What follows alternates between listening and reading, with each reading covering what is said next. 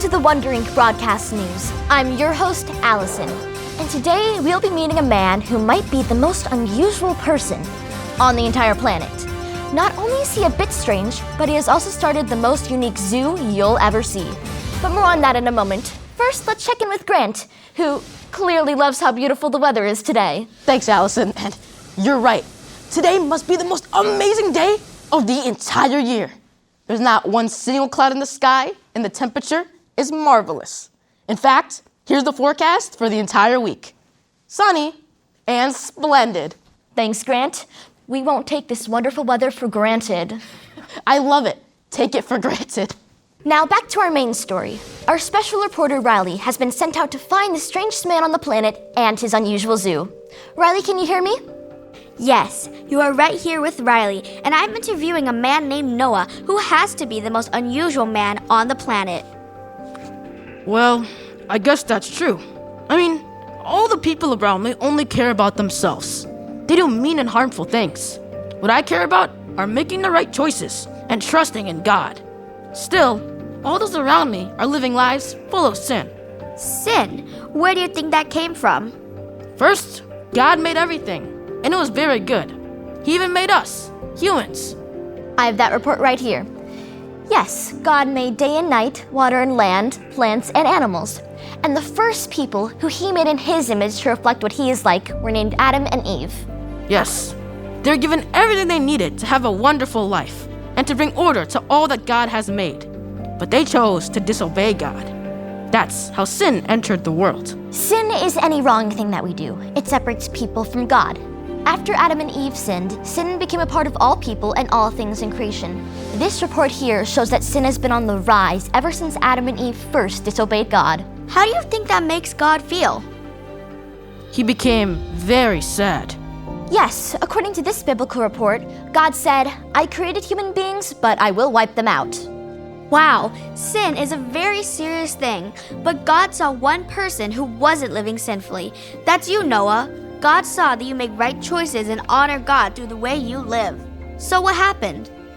God told me to build a giant boat, and he told me he was going to destroy the sinful people on the earth. Giant boat, huh? Just how big did you think you had to make it? Actually, God told me exactly how big to make it. I didn't have to guess. So you built this massive boat. We call it the Ark. Ark. Okay. Why did you build such a massive ark? You're just one guy. Well, I was just doing what God told me to do. God also told me to gather every kind of animal onto the ark. 1 male and 1 female of some kinds and 7 pairs of other kinds. I did everything God told me to do. Now the ark is done, and the supplies and all of my animals are inside. And my family, my wife, and my sons, and their wives are all ready to board the ark. We interrupt the interview with some very bizarre breaking news. Grant, what's happening? I can't believe what's happening. Out of nowhere, a colossal storm is forming. We have never seen anything like this. God made it rain nonstop for 40 days and nights. The waters rose and rose until it was 20 feet higher than any mountaintop. The waters flooded the earth for 150 days. But God faithfully remembered Noah and the animals on the ark. He sent a wind over the earth and the waters began to go down. Eventually the ark came to rest on dry land. Riley is once again with Noah, who we regret calling strange. Clearly he was listening and following God. Riley, are you there? Noah, you were on the ark for a long time. Tell the viewers, what was it like? I'll bet it was smelly with all those animals. Well, God was with us the entire time. He is faithful. Tell me, what was the first thing you did when you came out of the ark? Did you run around and roll in the grass? Honestly, I was so thankful to God for saving my family and me that the first thing I did was build him an altar and worship him. He's the one who kept us safe through the flood. He is always faithful and does what he says he will do. Did you hear from God again? Yes, God was pleased with our worship. He blessed my sons and said they were to have children so that there are so many of you, fill the earth. God made an unbreakable promise, a covenant, with me and with everyone who will ever live on the earth. He promised that he would never again destroy the earth with a flood.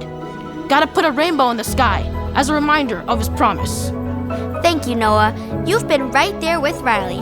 Allison, back to you in the studio. Riley, thanks for finding Noah.